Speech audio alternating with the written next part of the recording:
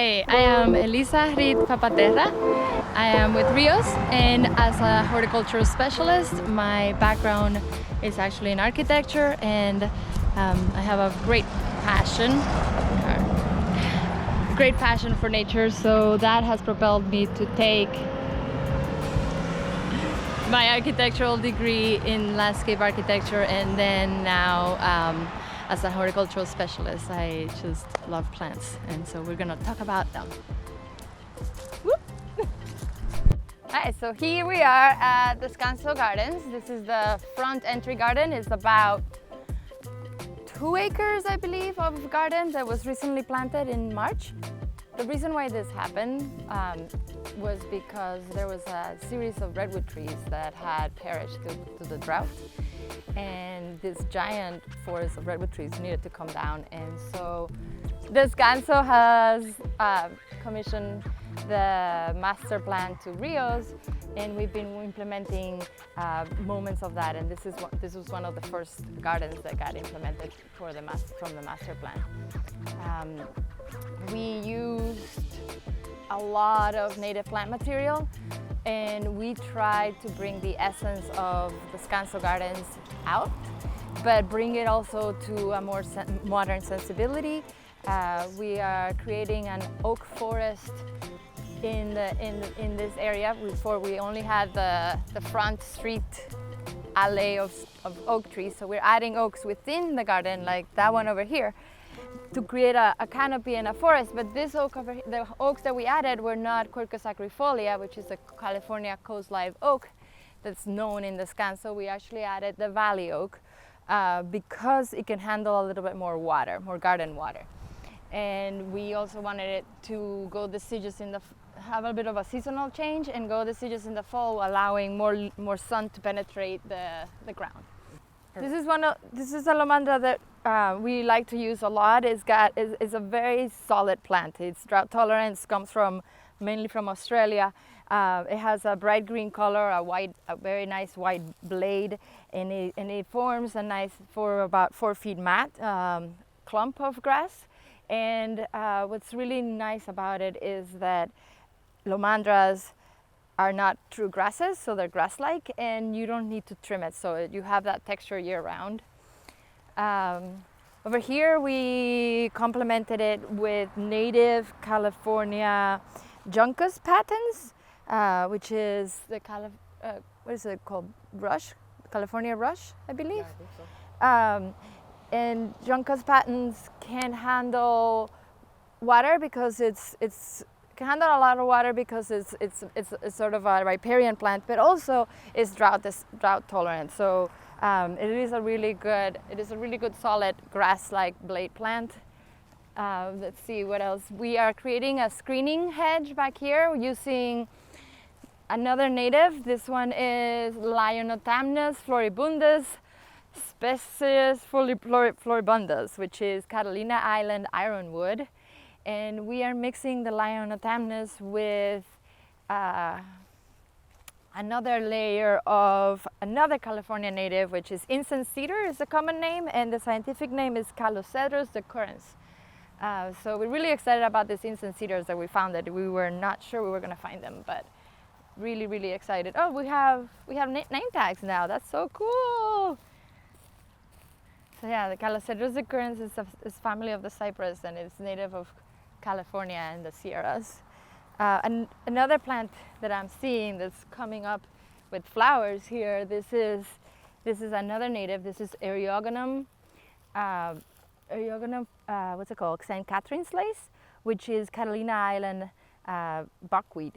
So we have 2 Catalina Island representatives over here next to each other. This plant did very well on this garden. So that's from the previous iteration here, the buckwheat. And this is actually Encilia californica. This is the native sunflower, California sunflower. The buckwheat and also the white sage, which we'll see at some point, did really, really well. Let's see what else we have.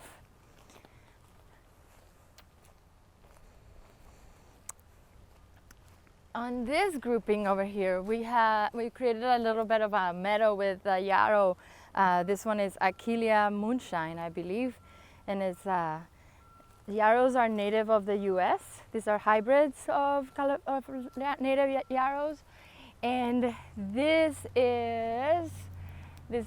are, what's it called? Hold on a second. They are Cypress, I believe. They're called Greenlee's Green Rocket. Oh yeah, Greenlee Blue Rocket. It's Cupressus guadalupensis. So it's a Guadalupe cypress from southern Baja California, or just Baja California. But this variety is known as Greenlee's Blue Rocket, which it was found or coined by the famous horticulturist John Greenlee, and it's only grown at San Marcos Gardens. San Marcos growers, and we completely wiped them out of their current production of that. Let's see what else. I've got to remember the name. This is a senna that we are using here. Let me see if I can find you the name. Is it senna or cassia for that one? Oh yeah, so it's senna folidiana, and I actually don't know the common name of the senna. That's okay. But that's, looking forward to seeing that. Oh, I just got bit by a mosquito or something.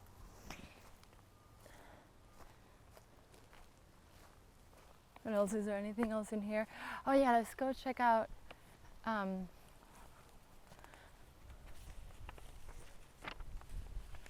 we'll do that guy over there.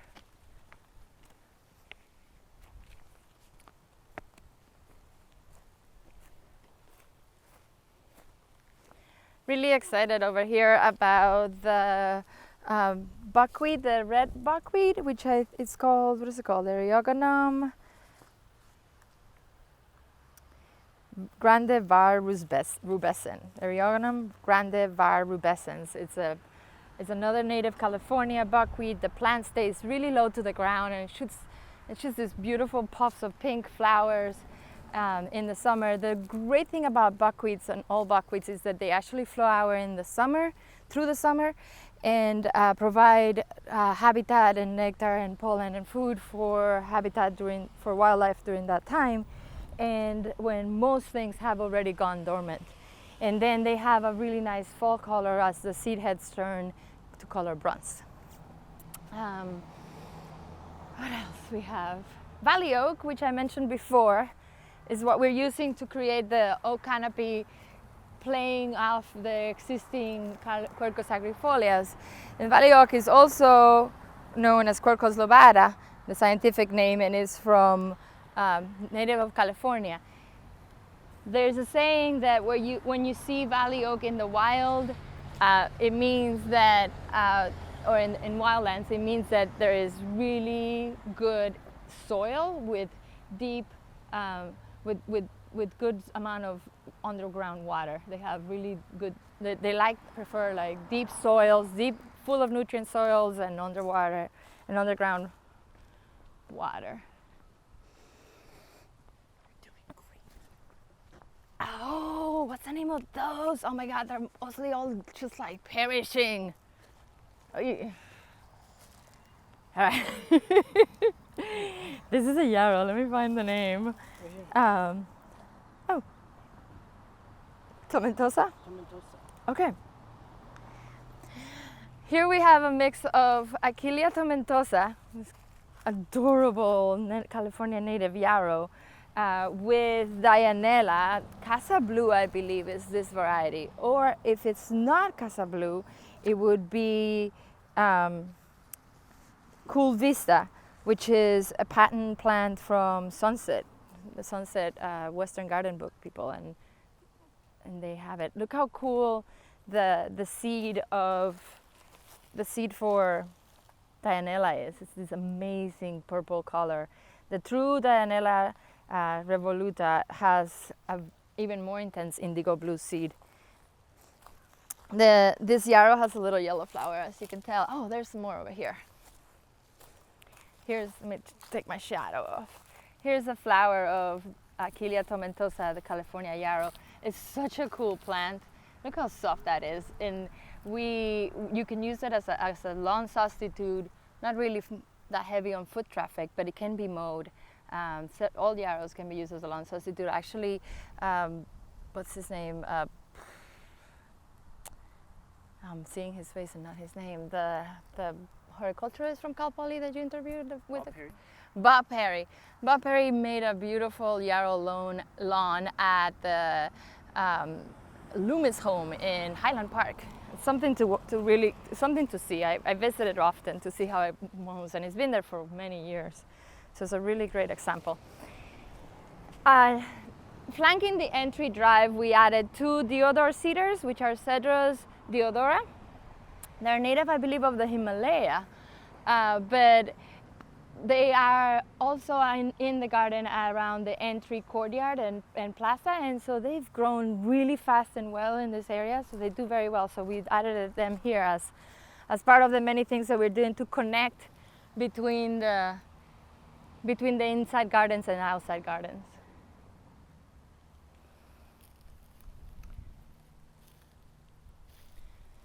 Hopefully someday we're framing the entryway with a row of the greenleaf blue rockets cypresses that are the backdrop of the silver Cedrus deodora. This entry, we purposely chose very silver colors, and all our silver planting have yellow flowers. That was something that was a little bit of a design thing we wanted to do and create, was to use yellow flowers or yellow or white flowers on gray foliage.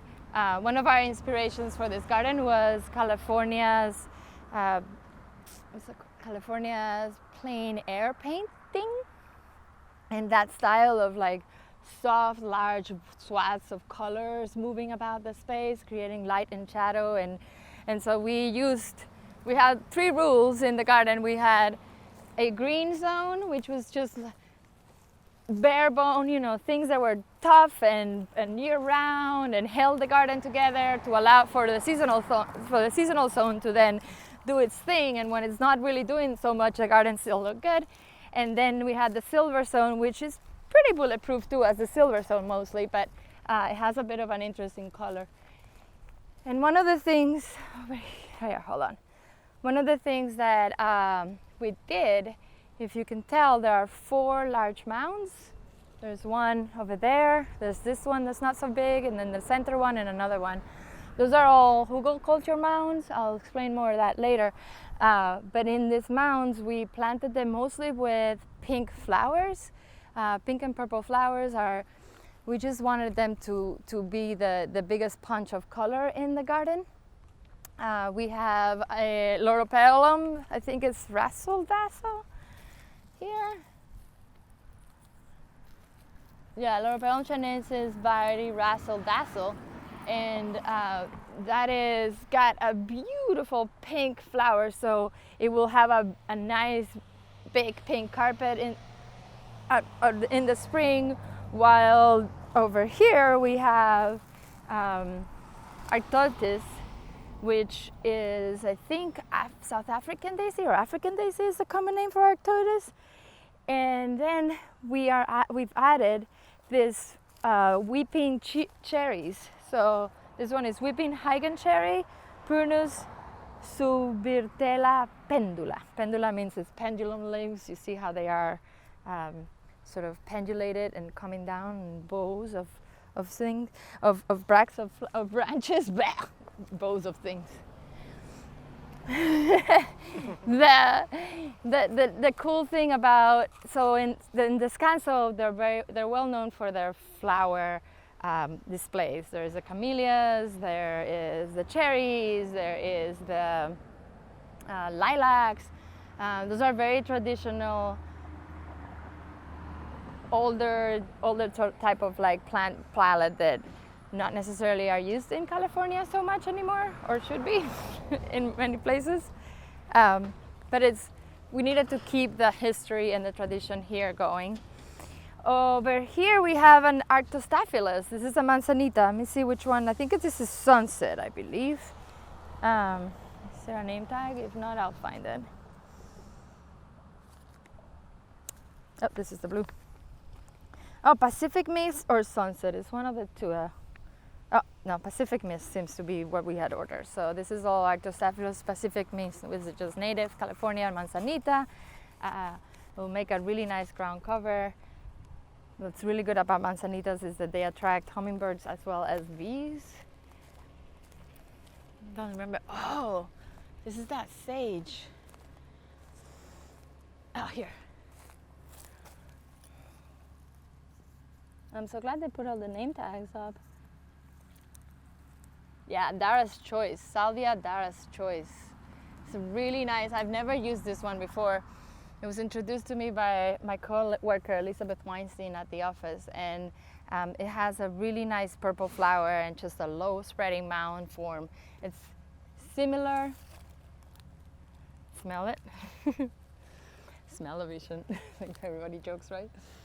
It's so nice. Really good glossy green. So similar to Bees Blees, which is another popular ground cover sage. Bees Blees has a much more lower form and a silver leaf. This one has a darker green leaf and it's weed.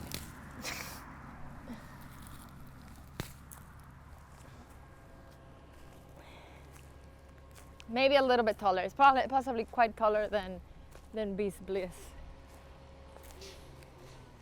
What was that guy? I can't remember. Oh, yay! This here is going to someday be the main entryway, pedestrian entryway to the Scanso. Our goal is to have a hardscape path here that's ADA, and that you could potentially walk into the garden and through a parking lot that really is going to be a garden as well. One of the rules we established early in the decision of choosing where to put what colors where in the garden was things that went yellow in the fall had the yellow silver landscape below it, so that we would always have that play of yellow in the ground and or yellow on the leaves. So this is a very large ginkgo biloba maidenhair tree that was already on site, so we added a few more to continue the language because there was only 2, I believe, here, and so we added a few more just to bring it up, to make it a stronger statement. We also have the sycamores over there, native California, Platanus racemosa, California sycamore, that are also part of the silver foliage. Those were existing on site. As well as this Lionotamnus floribundus are also, which we added a lot more of them, but they were already existing on site. So we always take cues on what's working and what's working on a property, on a site, on a location, specific location, and if it's there, we keep, if it's working, if it's there, if it works with our concept and our needs of the project, then we make more of it to make it a stronger statement. Look at that datura. Jimson weed. It's taken over. Oh my goodness. So the future entryway is gonna come through here into the parking lot. So we'll lose a few plants, but it'll be okay. I'm gonna have to come back one day and pull some weeds. Yeah. Let me get it from over here. We also did a nice little play in the mounds of Muhlenbergia capillaris grasses. We have several types of Muhlenbergia capillaris. We ordered, let's see, what did we receive? Because there were some that we couldn't get, but we tried. Let's see, we ordered Muhlenbergia capillaris plumtastic. That one we did not get. We ordered pink flamingo, regal mist, regular capillaris, and then we use also Aristida purpurea, which Aristida purpurea is native of, where is it? It's not here. It's native of California. I will show you Aristida purpurea later. I can't remember which of the Muhlenbergias this one is. We'll have to look at our drawings. Things at the end just went based on concept. We ditched the drawings basically and worked with an Excel spreadsheet based on what was available to order when we were installing the gardens based on our overall idea and concept, which was also part of the concept of this garden, was to keep it flexible enough just to give some simple ground rules of bolder color tonalities versus green areas, and allow the scanso to constantly rotate plant material as needed. Not constantly, whenever it was needed, whenever it happened to be needed.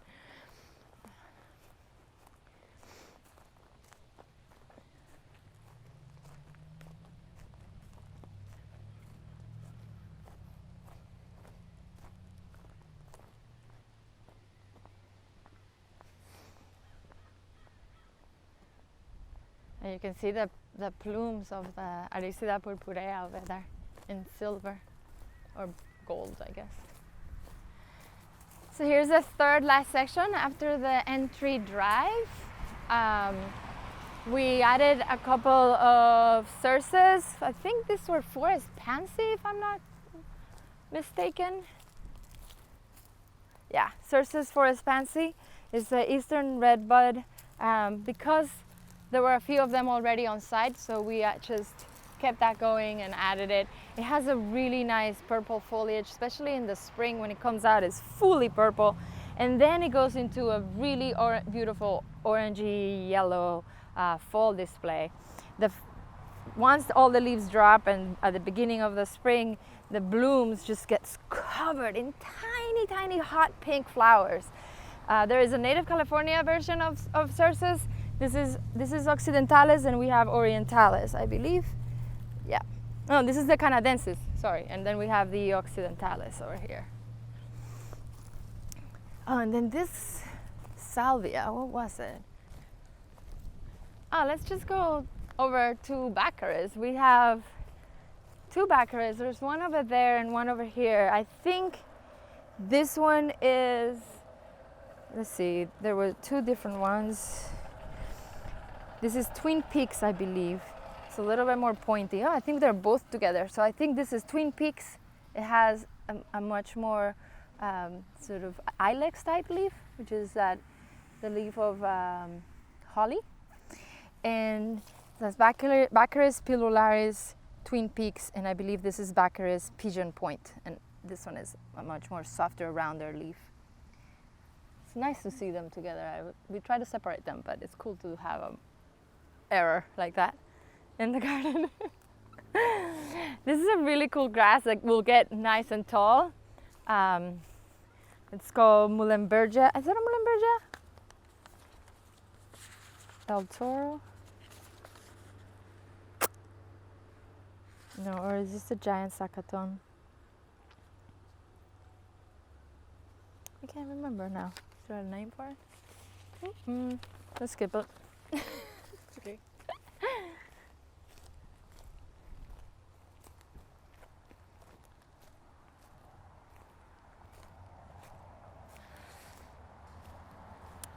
Oh,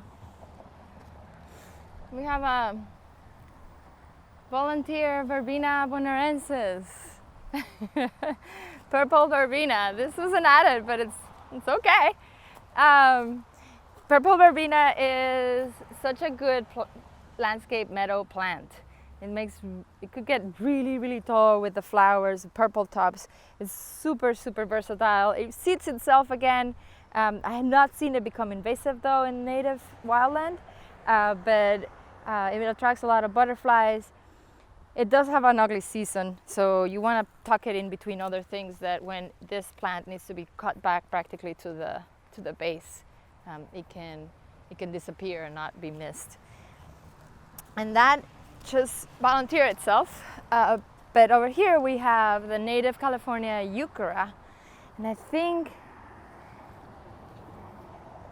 I'm not sure which variety it is, but of the Eucharas that we order for the garden, we received so many. We got Euchara maxima, which is just the island alum root, has a white flower.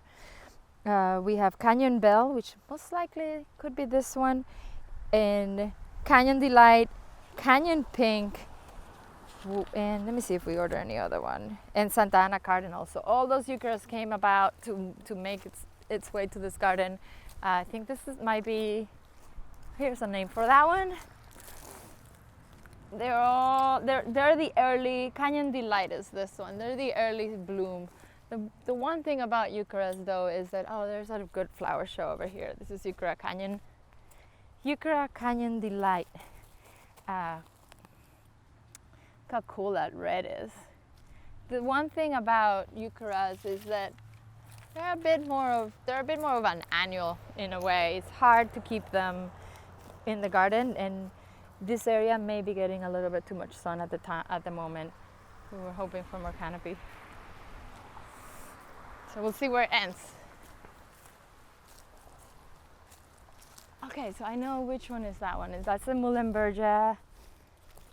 That's the one from Wendy. Hold on. We go mist.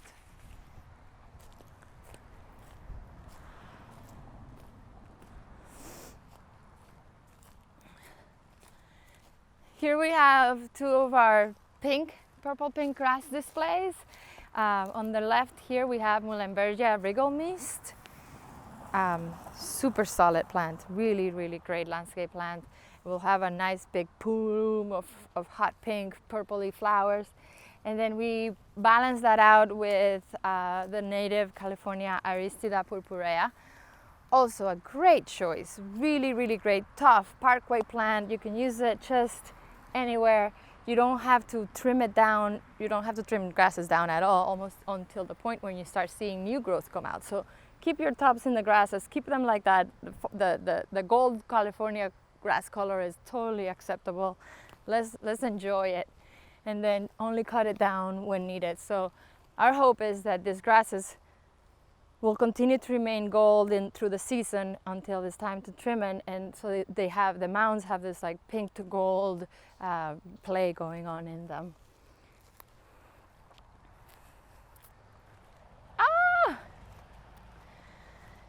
Yellow Cypress, Cupressus lemon yellow.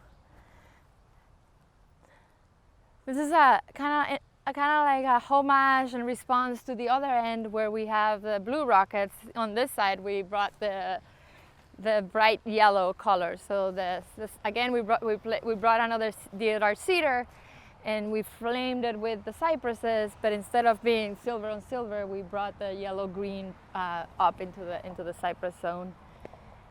Oh, and this, oh, I love it. Look how great it's looking, this guys. It's like carpet. This one is, I think, Davis.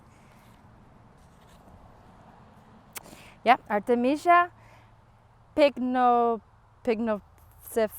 Davis Choice. Look how beautiful that is. It's gonna become this mat of silver pretty soon.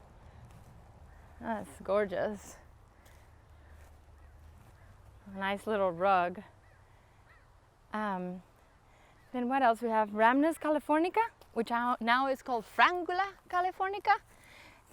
The California is a coffee berry, the name, is that the common name, I believe? Yeah. We might have lost a few of them, but this is a really good solid plant if you have a little bit of patience for a nice green plant that also provides berries for wildlife. Birds love it.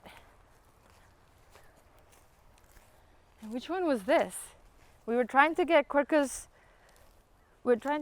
hydrangea quercifolia, but we got some other hydrangea. Let's not talk about it. Oh yeah, the tabebuya.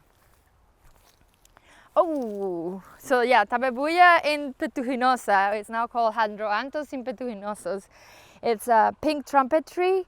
It is native of tropical South America. And a little known fact, here in California in our Mediterranean climate, because this is a tropical plant, in the Mediterranean climate, it does not grow to the sizes that it grows in the tropical environment. But over there, this is where ipe, the wood, comes from. This is our majority of our decking, and that's why you have to make sure that you're getting FDC, or that you're getting certified ipe wood, that you're not just destroying the rainforest and buying wood that is definitely causing an issue. But even then, I say we need to start finding an alternative, because it takes so many years for this tree to get to a maturity size that could be harvested. We need to start looking at alternatives. Carpinteria californica. Let's see, which is a good one. This is a slightly slower native California plant, but Carpinteria californica is such a great plant. It's kind of like a replacement for, what is that? Oleander, Nerium oleander. It's a bit of a replacement for oleander. It's a replacement for also for camellias. It has a beautiful white anemone-like flower, just a simple petal, white with yellow. And I think this Carpinteria actually is a San Marcos grower species called, a variety called Elizabeth, which is a profuse bloomer with bigger flowers than the regular standard species.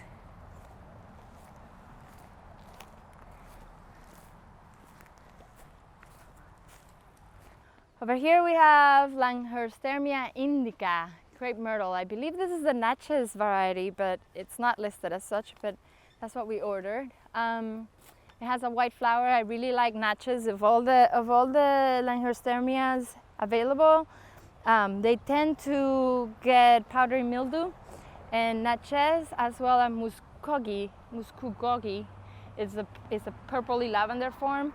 Those two are my favorite. Really great orange fall colors in the foliage, and this one seemed to have had an early spring or an early bloom, but usually in the dead heat of the summer. Actually, it is mid-July now. It's hot. We have really nice white flowers and cover the plant. It's so hot.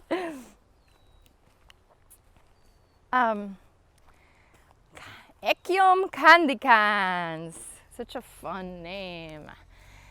Echium candicans, I think it's from from like the island of Madeira. These were added. These are Pride of Madeira? Pride of Madeira. These are gonna get big. They're gonna get big, and these big plumes of purple flower cones are gonna come out and pop out from the background over the mound, just to add more drama into the layers.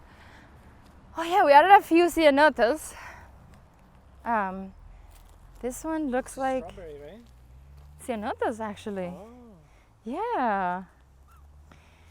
This one might be, it's not, this one is different than those. So that might be actually just regular Yankee point. And then this one could be Joyce Culture. The flower, which I'm surprised is still flowering, but it is because we're probably getting water through the summer right now. It's a dark indigo, a lot more indigo color than, let's see, what is the name of this guy? Because there's a good, Salvia chameroides. I believe it's from Mexico. I don't remember what the common name for Salvia chameroides is, but we use it. There's a really nice big mass of Salvia chameroides here. It's gonna look good when it fills in. When it fills in, it's gonna look really good with that. With the heuchera and the grasses behind it. And responding to the lavender in the middle of the other mound, so it's a very similar texture, but not exactly being the same, and we're bringing it back and forth. This is Salvia Santa Barbara, Salvia lucanta, I think is the variety, the species of this, and then Santa Barbara. Yeah, Salvia lucanta, Santa Barbara. Of Salvia lucanta, it's a profuse year-round bloomer, tough plant, really doesn't need much, not much of a scent, but like just a really good profuse bloomer. And the Santa Barbara variety, it's nice and compact, so it doesn't get as leggy and tall and lanky like the regular lucanta. So it's a really good variety. I like using it a lot. Lots of butterfly action with them.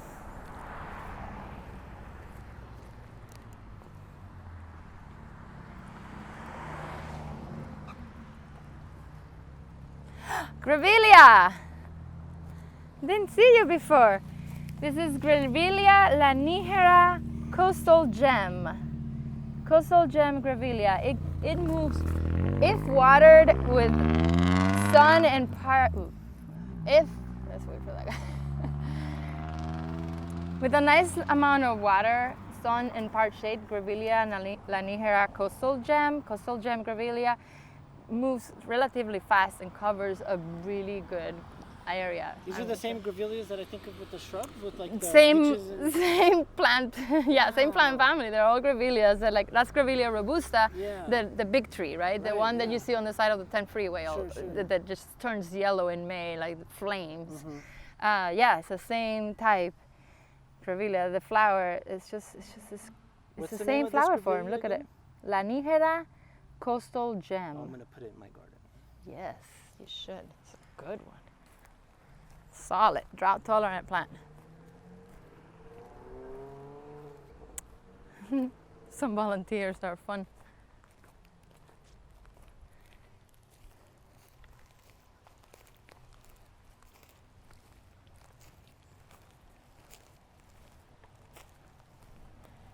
I see a little sulfur blue in there, a couple of butterflies. I don't know if you can see them. Oh, it went. What else? There's some sort of a wasp. Oop. Look how pretty. This is the Eriogonum rubescens var grande. So native red Eriogonum? What is it called? I forgot.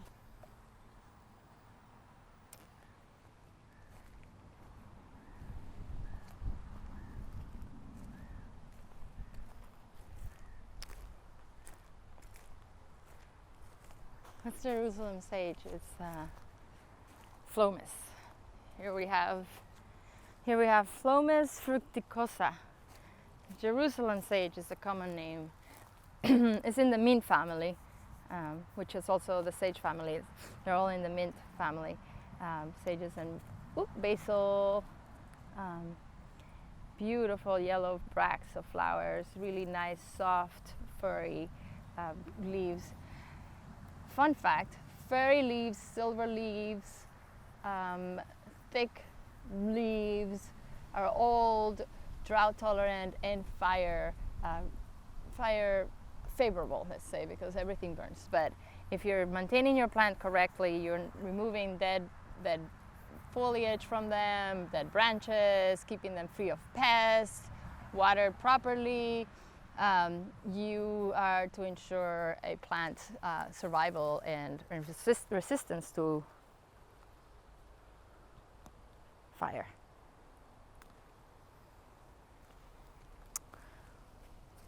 There's more of the Ramnes over here. This one is doing a lot better than the other side. Did we get more than one type of Ramnes? Let me see. Mount San Bruno. No, they're all Mount San Bruno Ramnes. This is so cool to see. Somehow this end is double in size than the other side. It's pretty cool.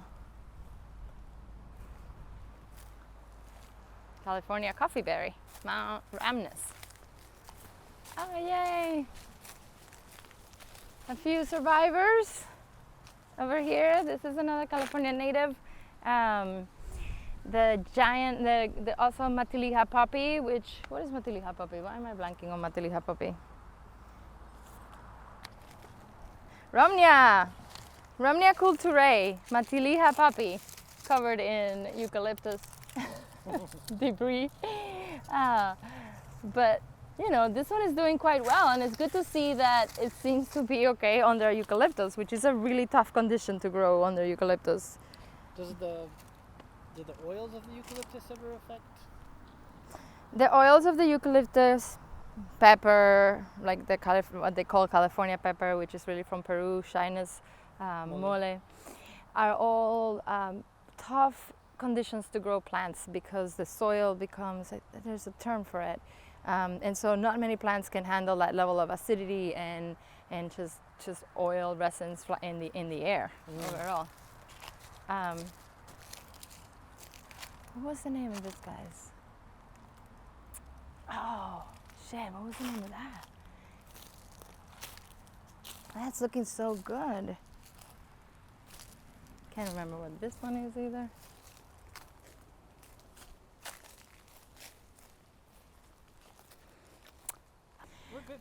Over here we find something that I hadn't used before, and I'm so excited to discover. It's called Phlomis cashmeriana. Same plant family as the yellow Jerusalem sage. This Phlomis, look at the size of this leaf. Also a fussy furry leaf. On both sides, it's got just so much fuss. Tough plants, tall swirls of flowers will tower it, but right now we're just getting the beginning of the plant establishment season. And it's in the mint family, of course, just like all sages. It's so pretty. Good bold color, like the flower spikes come flying through. Let me see if I can remember the name of this, guys. So fucking. Oh, and this ground cover too. It's a really good one I hadn't used before. Poor thing, they all disappear. This one, look how beautiful this is. Oh my lord. What is that guy? I'm forgetting. How am I saying? Let me see.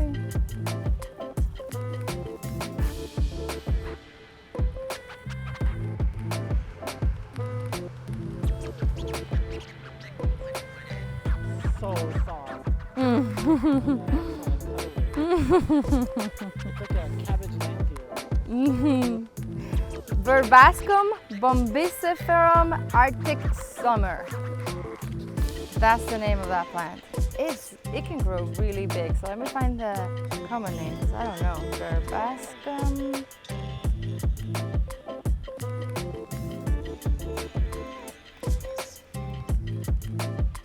Turkish mullein, Verbascum bombiferum Arctic summer. It has a yellow flower, so here's another example of like, it's just so easy to find in nature, silver foliage with yellow flowers, that this Verbascum will have a swirl of just like tall spike of yellow flower. It's really, really good, great plant.